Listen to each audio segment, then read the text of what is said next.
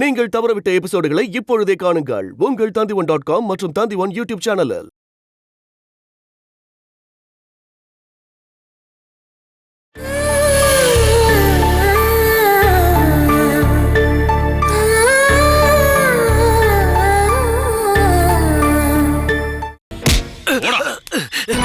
என்ன எதுவும் பண்ணிடாதீங்க. என்ன அடிக்காதீங்க. டாக்டர் டாக்டர் புடிங்க அவனை. என்னடா ஓடுற? அவனை கொன்னு போட்டுறேன் சொல்லிட்டு. டாக்டர் என்ன எதுவும் பண்ணிடாதீங்க. டாக்டர் டாக்டர் டாக்டர் டாக்டர் கதவு தரங்க. கதவு தரங்க. என்னாச்சு? இங்க என்ன பிரச்சனை? ஓட உள்ள.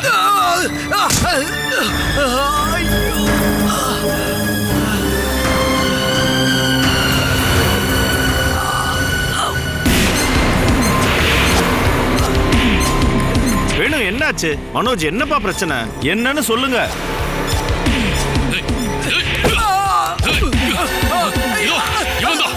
இவன் தான் பிரச்சனையே. ஆண்டனிங்கிற பொய்யான பேர்ல இங்க ட்ரீட்மெண்ட் எடுத்துட்டு இருக்கிற இவன் மிகப்பெரிய திருட்டு பையன். கிட்னியை டொனேட் பண்றதா சொல்லி எங்க கிட்ட இருந்து 7 லட்சம் ரூபாயை இவன் திருடிட்டு ஓடி போயிட்டான். அது மட்டும் இல்ல, இந்த மாதிரி பல ஃப்ராட் கேஸ் இவன் மேல இருக்கு டாக்டர்.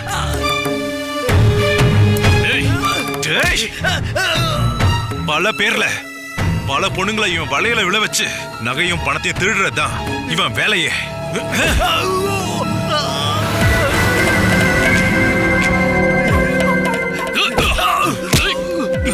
நீ யாரு, எப்படிப்பட்டவங்கிறத டாக்டர் கிட்ட சொல்றா. இவங்க சொல்றதெல்லாம் உண்மையா ஆண்டனி? சார், நான் வாழ்றதுக்காக பல திருட்டுத்தனங்களை பண்ணிருக்கேன். அது எல்லாத்தையும் நான் நிறுத்திட்டேன். கல்ஃப்ல எனக்குன்னு ஒரு வேலையை பார்த்து வச்சிருக்கேன். எங்க ட்ரீட்மெண்ட் முடிச்சு என் வியாதி குணமாகின உடனே நான் இந்த இடத்த விட்டு போயிடுறேன். அது வரைக்கும் என்ன எதுவும் பண்ணிடாதீங்க சார். தயவு செஞ்சு என்ன போலீஸ்ல ஒப்படைச்சிடாதீங்க.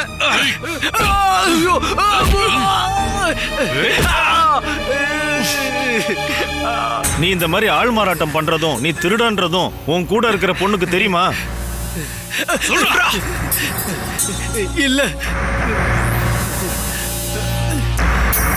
கல்யாணம் பண்றேன்னு வாக்கு கொடுத்து அந்த பொண்ணு கிட்ட இருந்து இவன் பணத்தை வாங்கியிருக்கான். இவ்வளவு நாளா அந்த பொண்ணை ஏமாத்திக்கிட்டு இருந்தியா?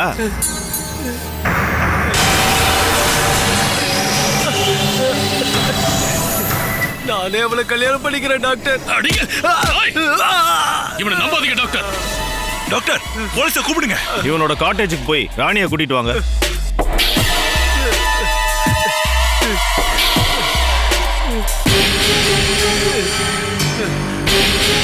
டாக்டர், தயவு செஞ்சு போலீஸ் கூப்பிடாதீங்க டாக்டர். இதுக்கு மேல அடிக்காதீங்க, நான் செத்து போயிடுவேன். நீ இதுக்கப்புறம் உயிரோட இருக்க கூடாதுடா. ஸ்டேஷனுக்கு நான் கால் பண்ணேன். அங்க ஒருத்தரும் போன் எடுக்கல, இன்ஸ்பெக்டரும் போன் எடுக்கல. மிட் நைட் ஆயிடுச்சு. இதுக்கப்புறம் கால் பண்ணி போலீஸ் வர்றதுக்குள்ள விடிஞ்சிரும். இதுக்கப்புறம் இவன் எந்த திருட்டுத்தனமும் பண்ணக்கூடாது. மத்தவங்களோட வாழ்க்கைக்குள்ள புகுந்துதான் இவன் திட்டுத்தனம் பண்றான். இவன் எங்க கையில மாட்டணும்ன்றது அந்த கடவுள் முடிவு பண்ணிட்டான். அதான் நடந்திருக்கு. எங்க வச்சு பார்த்தாலும் சரி, அந்த இடத்துலயே அவன் கழுத்து நெரிச்சு கொள்ளணும்னு நான் நினைச்சிட்டு இருந்தேன். அடே, எனக்கு வாழணுங்கிற ஆசையை தூண்டி விட்டுட்டு அநியாயமா ஏமாத்திட்டு போயிட்டா. சொல்றா, இது போல எத்தனை பொண்ணுங்களை ஏமாத்திருக்க? சொல்றா சொல்றாங்க.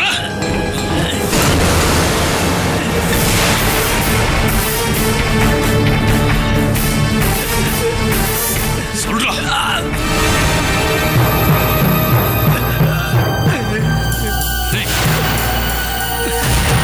ராணி, இதை நினைச்சு நீங்க கவலைப்படாதீங்க. சொல்ல போனா நீங்க இப்போ பெரிய ஆபத்துல இருந்து தப்பிச்சிருக்கீங்கன்னு தான் சொல்லணும். இவன் இங்க இருக்கிற 2 பேர்கிட்டயும் பணத்தை ஏமாத்திருக்கான். உண்மை சொல்றா.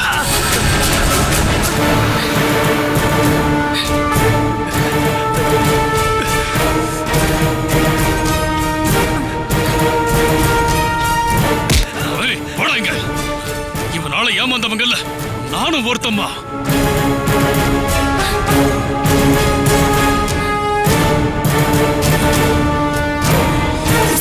என்னோடது A positive blood group. Kidney கொடுக்க நான் தயாரா இருக்கேன். உன்னை பார்க்க வந்திருக்காங்க. இது வேணும்ண்ணா. இவங்க அண்ணனோட ஒய்ஃப் பாலா அக்கா. அப்புறம் இவரு பாலா அக்காவோட அக்கா புருஷன் மனோஜ் அண்ணன்.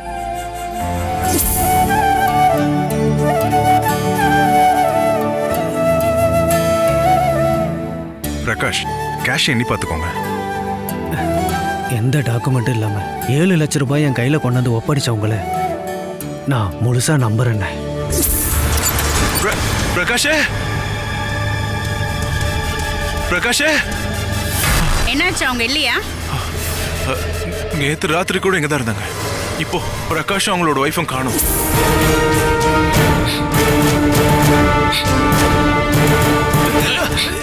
நடந்த எல்லாத்தையும் சொல்றா.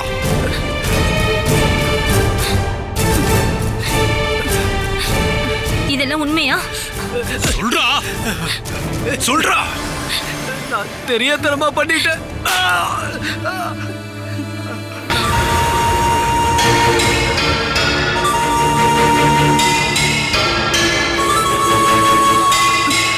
அட பாவி, என் வாழ்க்கையை நாசம் பண்ணிட்டியேடா.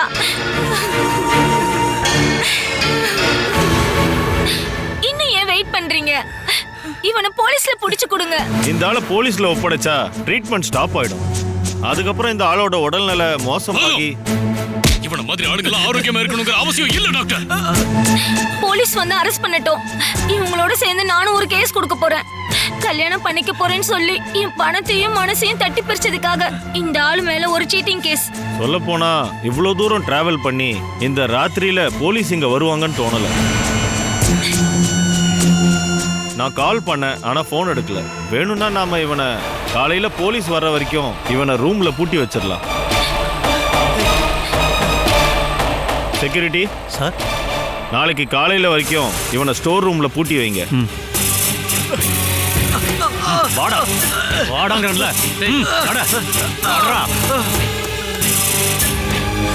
மற்றவங்களை ஏமாத்தியும் துரோகம் பண்ணியும் சம்பாதிக்கிறவங்களுக்கு அதை அனுபவிக்கிறதுக்கான ஆரோக்கியத்தையும் ஆயுசையும் கடவுள் கொடுக்க மாட்டார்.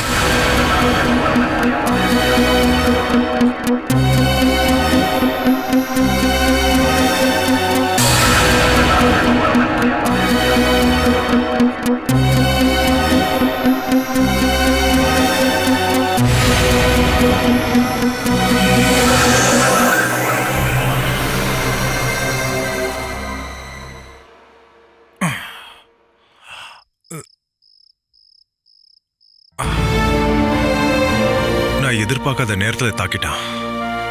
உடம்பு பூரா வலி. நீங்க நல்லா தூங்கி ரெஸ்ட் எடுத்தீங்கன்னா அந்த வலி போயிடும். அந்த நேரத்துல மட்டும் நீங்க அங்க வராம போயிருந்தா அவன் என்ன கொன்னே போட்டிருப்பான். எனக்கும் கொஞ்சம் டிஸ்டர்பா இருந்துச்சு. வெளியில யாரும் வந்த மாதிரி எனக்கு தோணுச்சு. வெளியில போய் பார்த்தா யாருமே இல்லை. அதுக்கப்புறம் எனக்கு தூக்கமும் வரல. அப்பதான் உங்க ரூமுக்கு வரலான்னு எனக்கு தோணுச்சு. அதனாலதான் என் உயிரை காப்பாற்ற முடிச்சது. அது கூடவே நம்ம தேடிக்கிட்டு இருந்த திருட்டு பையனையும் பிடிக்க முடிச்சது. ஒருவேளை இவன் தான் நேத்து என் ரூம் முன்னாடி கத்தியோட வந்தானோன்னு சந்தேகமா இருக்கு. அது இவன் இல்ல. அந்த ஆளை நான் பார்த்திருக்கேன். ஒருவேளை அவன் ஏற்பாடு பண்ண இன்னொரு ஆளா கூட இருக்கலாம். என்ன லாரி ஏத்தி கொள்ள முயற்சி பண்ணதும் இவன் ஏற்பாடு பண்ண ஆளுங்களா கூட இருக்கலாம். அது யாரா இருந்தாலும் சரி, இது எல்லாத்துக்கும் பின்னாடி இவங்களை இயக்கிட்டு இருக்கிற ஒரு ஆள் இருக்கா. சுமேஷ்.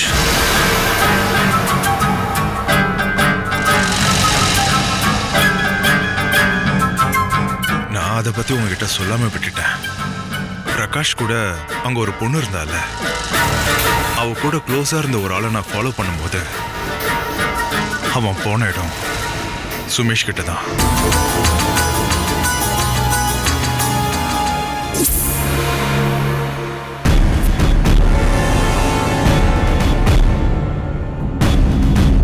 நீ இந்த கார்ல இருக்கோ, உன்னை ரயில்வே ஸ்டேஷன்ல விட்டுருவாங்க.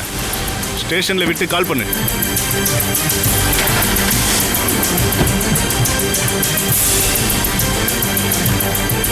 சரி, ஓகே, நீ கிளம்பு. சரி. நில்லு. நில்லு. நிறுத்து.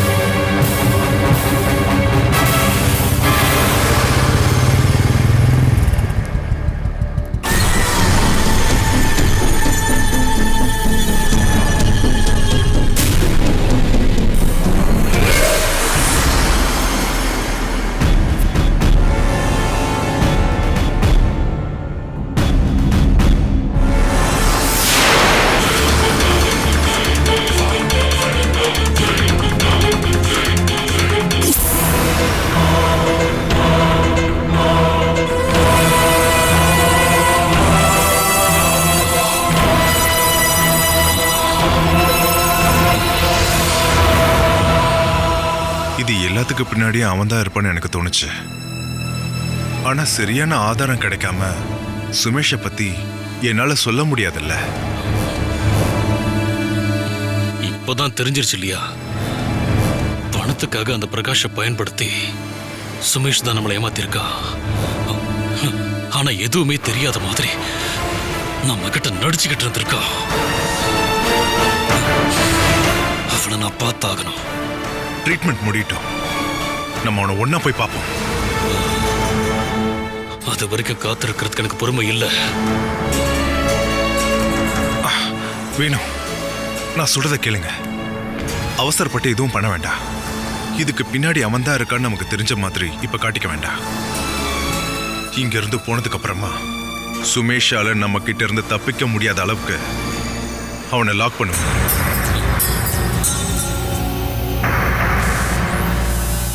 சுமேஷ்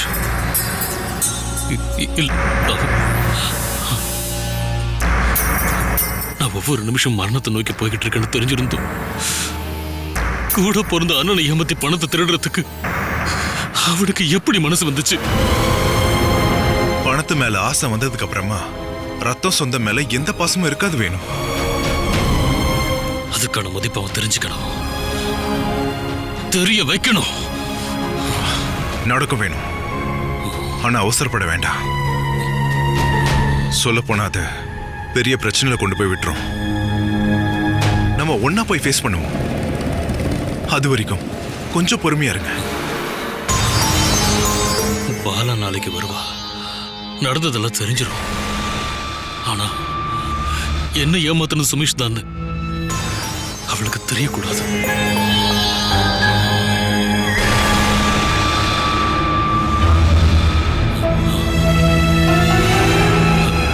அவளுக்கு காரணத்தை கொண்டு தெரியக்கூடாது,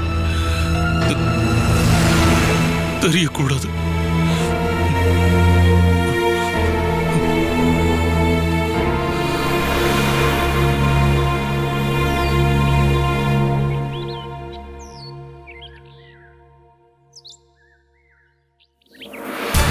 நேத்து ராத்திரி தான் இந்த விஷயம் நடந்தது. ஸ்டேஷனுக்கு கால் பண்ணியிருந்தேன், யாரும் ஃபோன் எடுக்கல. அந்த ஆளை இங்கே இருக்கிற ரூமில் பூட்டி வச்சுருக்கோம். சார், நீங்கள் உடனே வரணும். கல்யாணம் பண்ணிக்கிறான்னு ஏமாத்தினதும் பணத்தை திருடினதும் பல ஃப்ராடுத்தனத்தை இந்த ஆள் பண்ணியிருக்கான். Okay sir.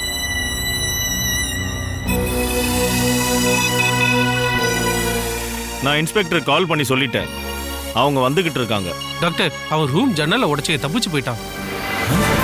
என்ன சொல்றீங்க? விடிய காலம் 3-3:30 மணி வரைக்கும் நான் ரூமுக்கு வெளியில தூங்காம காவல் காத்துட்டு இருந்தேன் சார். ஆனா இப்ப பார்க்கும்போது ரூம்ல ஆள் இல்ல சார். பின்னாடி இருக்கிற ஜன்னல் கம்பியை உடைச்சு தான் தப்பிச்சு போயிருக்கான்.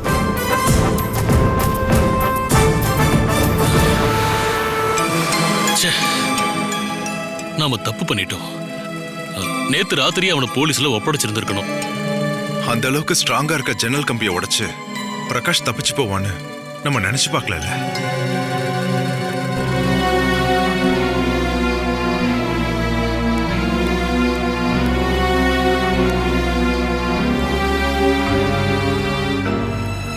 இன்ஸ்பெக்டரும் அவங்க ஆளுங்களும் ஸ்டேஷன்லேருந்து கிளம்பிட்டாங்க.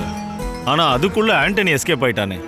ஆனால் எல்லா ஸ்டேஷன்லையும் ஆண்டனியை பற்றி இன்ஃபார்ம் பண்ணியிருக்கேன்னு இன்ஸ்பெக்டர் சொன்னார். அவனை மட்டும் பிடிக்கல அப்படின்னா வேற பேரில் வேற ஒரு இடத்துல அவன் திரும்பவும் ஏமாத்துவான். அவன் கூட இருந்த அந்த பொண்ணு இப்போ மனசு உடைஞ்சு போயிருக்கா. அவளையும் அவன் நல்லாவே ஏமாத்திட்டான். ராணி இப்போ எங்கள் காரை எடுத்துக்கிட்டு ஆண்டனிக்கு எதிராக கம்ப்ளைண்ட் கொடுக்குறேன்னு ஸ்டேஷனுக்கு போயிருக்காங்க. அந்த பொண்ணோட பேர்ல இருக்கிற இடத்த அடகு வச்சு அந்த ஆளு அந்த பொண்ணுகிட்ட இருந்து 4-5 லட்சம் ரூபா வாங்கியிருக்கான். ஒரு 2-3 நாளைக்கு எங்கேயாவது போய் ஒளிஞ்சிருந்துட்டு அதுக்கப்புறமா அவன் ஊரை விட்டு போயிடுவான். நம்ம அஜாக்கிரதையால தான் அவன் தப்பிச்சு போயிட்டான். அந்த ஆள் நம்ம கிட்ட இருந்தும் சட்டத்துக்கிட்ட இருந்தும் தப்பிக்கலாம். இத்தனை நாளா பல பேர்கள் வச்சு பல பேரை ஏமாத்திருக்கான். இதுக்கப்புறம் அவன் உடம்பே அவனை பழி வாங்கும்.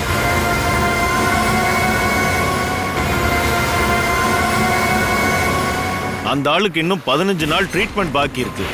இதுல இருந்து 6 மாசத்துக்கு அப்புறம் அவனால நிமிர்ந்து நின்று நடக்க முடியாது, முதுகு வளைய ஆரம்பிக்கும். எவ்வளோ பெரிய இடத்துல ட்ரீட்மெண்ட் பண்ணாலும் சரி, உயிரை தான் காப்பாற்ற முடியுமே தவிர அவனோட உடல்நல மாற்றத்தை மாற்றவே முடியாது. கொஞ்சம் கொஞ்சமா கூன் விழுந்து வாழ்க்கை முழுக்க அவன் சேர்லையோ கட்டிலையோ தான் இருக்கணும்.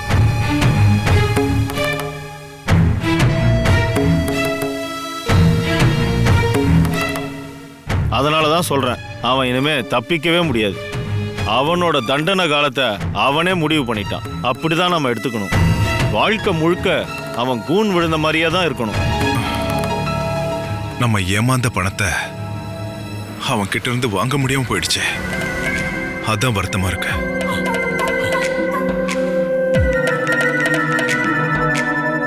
அது நம்ம கஷ்டப்பட்டு கடன் வாங்கினது. அந்த பணம் யார் கைக்கு போய் சேர்ந்திருக்கோ அங்கிருந்து நான் பணத்தை திருப்பி வாங்குவேன்.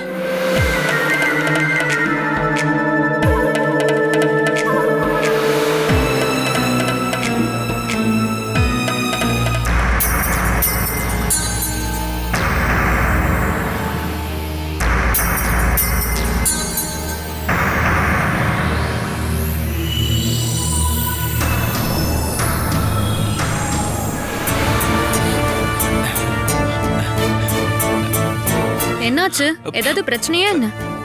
என்ன பிரச்சனை? ஏதோ யோசிச்சுட்டு இருக்கீங்களே, அதான் நான் என்னன்னு கேட்டேன். என்னங்க ஒரு நிமிஷம். நம்ம இங்க இருக்கிறதுனால நமக்கு என்ன பிரயோஜனம்? இந்த வீடும் இந்த இடமும் என் பேருக்கு வந்துச்சுன்னா அது எனக்கு மிகப்பெரிய லாபம் கிடைக்கணும்ல. நான் ஒரு விஷயம் சொல்றேன். அத்தைக்கும் சதீஷ் மாமாக்கும் ஐஸ் வச்சு இடத்த வித்துடலாம். அதுக்கப்புறம் நாம துபாய்க்கு போலாம். அந்த பணம் தீர்ற வரைக்கும் துபாயில நம்ம சந்தோஷமா வாழலாம். அதுக்கப்புறமா பிச்சைக்காரன் மாதிரி நம்ம ஊருக்கே திரும்ப வந்து எல்லார்கிட்டயும் கையேந்தணுமா என்ன? அப்படிதானே? நீ மறுபடியும் திரும்பி வந்தது என்ன நல்லவனாக்கவா இல்ல நாசமாக்கவா? உங்க மேல இருக்க பாசத்தால தான் நான் திரும்ப வந்தேன். நான் புரிஞ்சுக்கிட்ட ஒரு விஷயம் சொல்லவா? இங்க இருக்க எல்லாருக்கும் நீங்க கொடுக்கற பணம் வேணுங்க. ஆனா மனசளவுல யாருக்கும் பாசம் இல்லைங்க.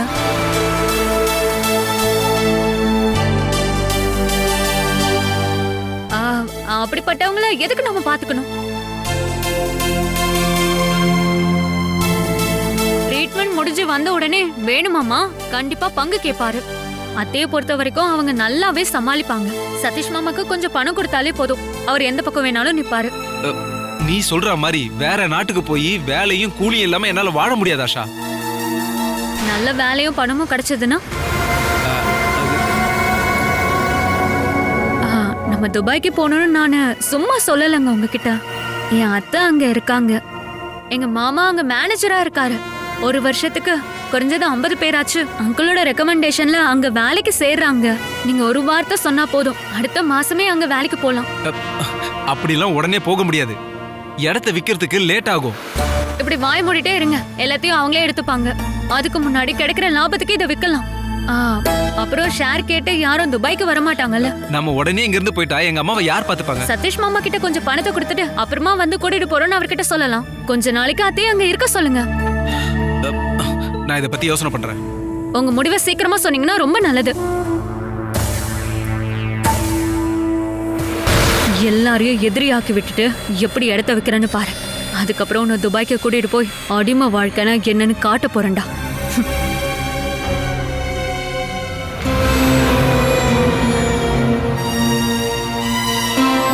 நேத்து நடந்த சண்டையில உங்க 2 கைகளும் நல்லாவே அடிபட்டிருக்கு. சொல்லப்போனா இன்னும் 2 வாரத்துக்கு நீங்க இங்க இருக்க வேண்டியது இருக்கும்.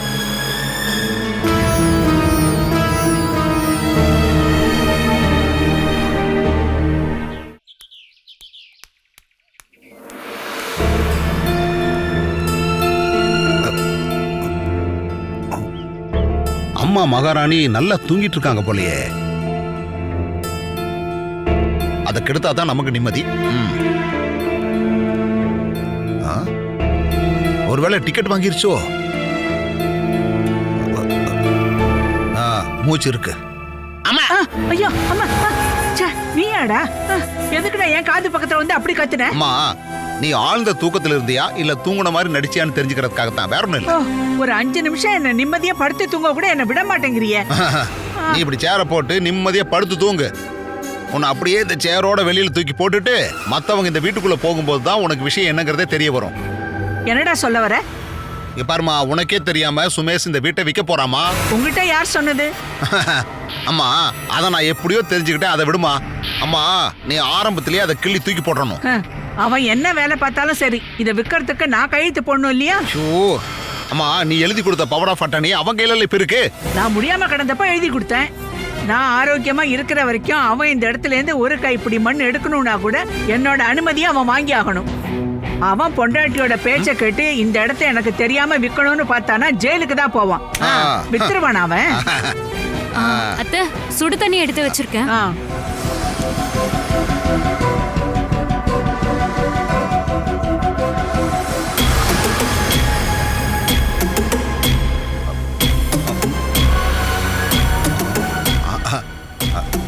ஆஷாமா, அம்மா நகுந்ததும் இடத்த ஆக்கிரமிச்சிட்ட. ஏதாவது பிரச்சனையா? எனக்கு என்ன பிரச்சனை? அப்புறம் நீங்க கேள்விப்பட்டதெல்லாம் உண்மைதான். யாருக்கும் தெரியாம என் வீட்டுக்காரு இந்த வீட்டையும் இடத்தையும் விற்க போறாரு. அதை தடுக்க அவங்களால முடியுமா என்ன? நானு சட்டப்படி அதை ஃபேஸ் பண்ணுவேன். அதுக்கு உங்களோட கையில பணம் இருக்கா என்ன? என் வீட்டுக்காருக்கு எதிராக கேஸ் நடத்த உங்ககிட்ட பணம் இருக்கா? பணம் அது வந்து என்னன்னா, நீங்க இத தைரியத்தோட எதிர்த்து நிக்கிறீங்கன்னா பணத்தை நான் தரேன். நீ என் தம்பி பொண்டாட்டி ஆஷா தானே? ஆமா, அதுல எந்த மாற்றமும் இல்ல. அத்தையும் நீங்களும் கை கோர்த்து நின்னு சுமேஷால இந்த இடத்த விற்க முடியாத மாதிரி பண்ணுங்க. ஆஷா, அம்மா நீ இப்ப யார் சைடுல இருக்க? என்ன இருந்தாலும் சுமேஷ் உன்னோட புருஷன் தானே? நான் நியாயப்படி தான் நடப்பேன். இந்த இடத்த வித்து பங்கு போடலான்னு அவர் முடிவு பண்ணாருன்னா அப்ப மாமா நீங்க இந்த வீட்ல இருக்க பாதி சொத்து எனக்கு வேணும்னு நீங்க கேட்கணும். ஐயோ, கடைசியில் அது அடிதடியில எல்லாம் போய் முடியும். இதே முடிவுல நீங்க உறுதியா இருங்க மாமா. இந்த வீட்டோட மூத்த மகன்ற உரிமை எப்பவும் உங்களுக்கு இருக்கு. அதை வச்சு வேலை பேசுங்க. இந்த சொத்துல இருந்து ஒரு சின்ன கல்லு கூட அந்த சுமேஷ்க்கு இல்ல. ஆஷாமா, அம்மா நீ சுயநினைவோட தான் பேசிட்டு இருக்கியே என்ன? சொத்தும் சம்பாத்தியமும் வீடும் கூட பிறந்தவனும் கூட இல்லாத சுமேஷும் எனக்கு இப்ப தேவைப்படுறான்.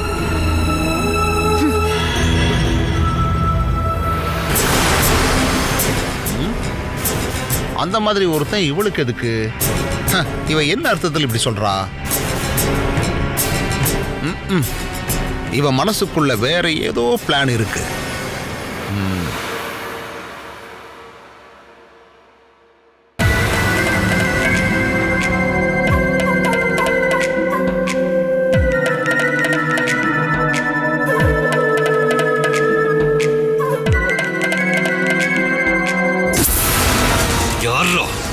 உன்னை இங்க அனுப்பி வச்சது உங்களோட தம்பி Sumesh.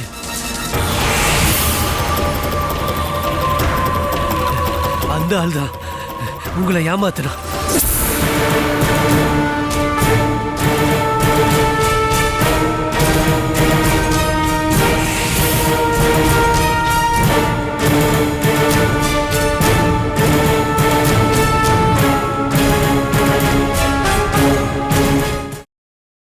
Catch us on TV, Tandivan.com, Facebook and YouTube.